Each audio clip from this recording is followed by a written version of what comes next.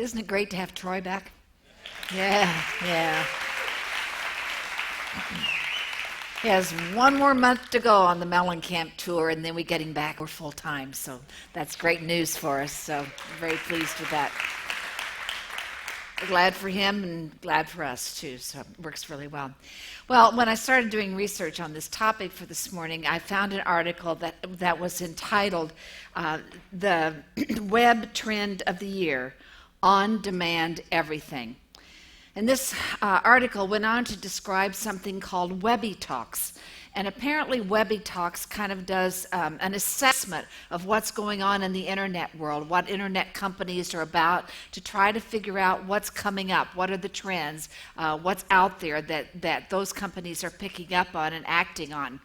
And so they gather information from apps and websites, and then there are judges that try to determine what all this is. And it was not a surprise when they discovered that consumers want what they want when they want it. Or maybe I should say, we as consumers want what we want when we want it. And that's partly because of the internet and how we get everything we want just quickly. So things really are on demand here most of the time. They gave several examples of companies that are trying to meet those demands that we seem to place on them out there. For example, it talked about Johnson & Johnson, and we know that there's Band-Aids and those things good for our health and well-being typically. But they have an app now that helps people be more healthy. It helps them do their workouts so they can, tap that app and away they go on their workout. Charmin, Charmin. Charmin has an app too that's helping people find the nearest bathroom. So it's again helping you find what you want when you want it, whatever you might need. Now, where does all this come from? This expectation we have that our every demand is going to get met at the moment that we want it to happen. Well, some of those who study these kinds of things say that it probably is a societal kind of thing. And partly it is society putting expectations on families, particularly parents, and expecting that, or at least setting the bar, that if parents give their children everything they want and everything they need, then they're good parents. They really are the kind of parents that are the best parents. And if they do that, then maybe the parents will be loved by the children because they've given them everything they wanted. It's kind of what I would call overindulging, but apparently that creates a problem down the road, because when children grow up with the expectation that they're the center of the universe, that their every need is going to be met when it's going to be met, they have a rough awakening when they come face to face with the reality of life, because life simply doesn't work that way. And it's hard for them to deal with the disappointment and the heartbreak that happens when they discover that they're not going to succeed just because they exist, that they don't necessarily deserve success at that particular point in life because they haven't done anything to earn it. They haven't given their part or done the work that they need to do. And there is that sense that's what our children grow up with. Now, the word for this is entitlement, a sense of entitlement. And the way that is defined by dictionary.com is like this. It's a feeling or belief that one is inherently deserving of privilege or special treatment. And it's been described as a malignant form of self-love, that it's not a healthy way for us to be, for us to grow up. It's certainly not the one that will help us as we maneuver our way through life and move down the road.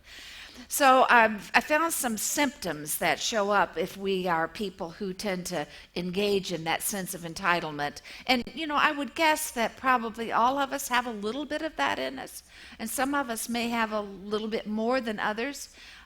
There probably are those rare exceptions of folks who don't have that kind of thing, but most of us probably at least have some tinges that way. So I took some of Jeff Foxworthy's wisdom. You might be a redneck if, and you might be entitled if, is how we're going to do this. So you might be entitled if you impose unrealistic expectations on other people.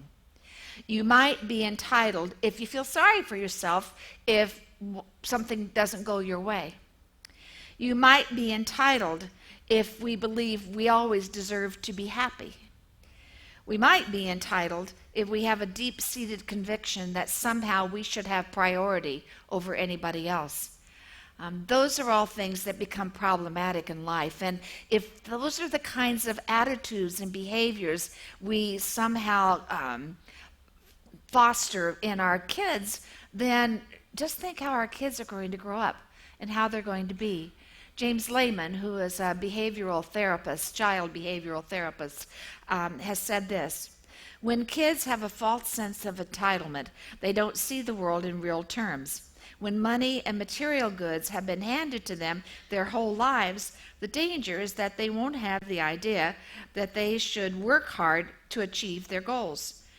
That skewed view of the world is going to affect them in a negative way their whole lives. Well, that's something certainly for us to pay attention to when we think about parenting, or when we think about our own selves and how we respond or react to things that happen to us in the world. And one of the ways we often act out this sense of entitlement is by being impatient when things don't go our way. And the definition of impatience is really not all that different from the one about entitlement. It says this: it's intolerance of anything that thwarts, delays, or hinders. And people who are impatient resent being held up. They resent anything that gets in their way, whether that's something that's accidentally there or whether it's an intentional kind of thing. And, you know, on this whole spectrum of life, attitudes, perspectives, behavior, probably that sense of entitlement is a little more profound, and the impatience is the way that it gets lived out and gets seen. Now, I read a blog, a post that one writer had put about an experience that she had that I think, well, at least it certainly, I could identify with it, I'm sorry to say. And it was a story about a woman in a grocery store. And she was in line with her sandwich and her pint of milk. And she had allowed herself just enough time to pick up her lunch and then go get her daughter from school. And she got in line, and about the time she got in line, the clerk was called out of line to go, or called out away from the register to go talk with the manager. And she waited a little while, and nothing happened, and the guy behind her finally got impatient, and he moved over to the next line. And she stood there and watched as he got up to the cash register, as he paid for his things, and as he walked out of the store, realizing she hadn't moved an inch. So she tapped her foot a little bit and stayed there a little bit longer, and finally she rushed to the front of the line, threw her stuff down on the counter, and stormed out of the store. She got in the car. She drove about a mile down the road to pick up her sandwich and her pint of milk. And she was late picking up her daughter because of her reaction, which she described as irrational kind of behavior. And it all stemmed out of being impatient. Well, when we do that kind of thing, when we experience that kind of thing, when we act out on our impatience, when things are for whatever reason not going our way, that's not the best way for us to live. It's not that which is the way I think we're supposed to live. And that's something that we can see in the Bible passage we have for this morning. Now, I always give you a little warning. This doesn't specifically talk about our impatience and our sense of entitlement, but I think it is a contrast to it compared to that kind of way of living. The Bible passage provides us some guidance, some ideas on a different way of living. This is out of Paul's letter to the Colossians. The version's from the Message, and this is how it reads. We pray that you'll have the strength to stick it out over the long haul, not the grim strength of gritting your teeth, but the glory strength God gives. It is strength that endures the unendurable and spills over into joy. Now, I think there are a couple things to note about this. First, realize that it says we pray. This is really a prayer that Paul is offering to these people and to us in that process. A prayer about how we deal with life, how we face some of the difficulties that come to us, how we keep going when things get rough. And he suggests that God's love and God's goodness should always shine through us out into the world, and that everything we do should be good and loving and right. And it should be done in a joyful way. That's what he's saying and how we deal with all of that. Well, how do we go about doing that? You see the contrast there between the kind of behavior we've talked about with our sense of entitlement and our impatience, and the idea of living out and letting God's love and goodness shine through us. The one is pretty self-centered, pretty selfish. The other is more selfless and more loving into the world.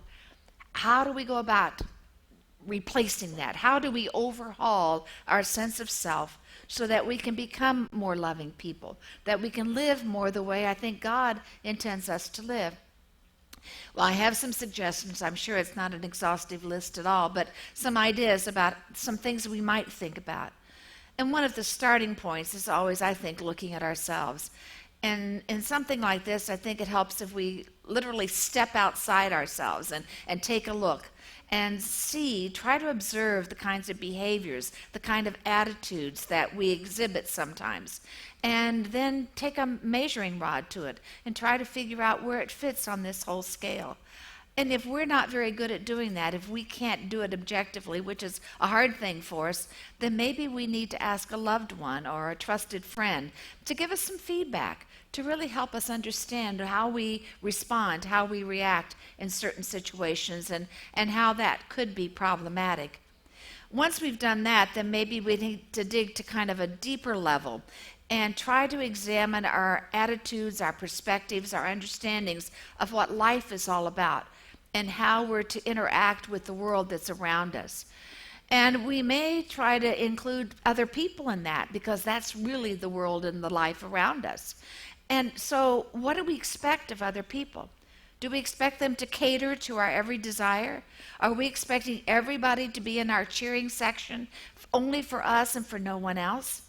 If that's where we're going, then we need to realize that people come away with a certain kind of impression or understanding of who we are and what we're like. And so we need to think about what happens to the people when we expect them to serve our needs. How do they respond to that? It's called empathy. It's called trying to put ourselves in another person's place and trying to see and really experience what it's like to be treated the way perhaps we've treated people, and to understand that. And if we can do all that, if we can begin to understand ourselves a little better and realize that we'd like to change our behavior, change our life in a more positive way, a more loving way, a more productive way, then maybe, just maybe, we can get to the point that we can celebrate with others when they have a victory, when something happens to them that's a good thing, instead of being jealous or envious of someone else. But to truly feel happy and feel good for other people, whether that's at work, at home, at play, wherever it might be, that we can really rejoice with one another. And then there's something else, I think, that would maybe change all of this if we just really realized this and accepted it. And that is, we don't have to demand love from God, because God already loves us. God's love is freely given. And when we let that love sink into our very being, into our hearts and our souls and our minds, when we experience that love as real, I think we'll be amazed at how God's love can transform our lives.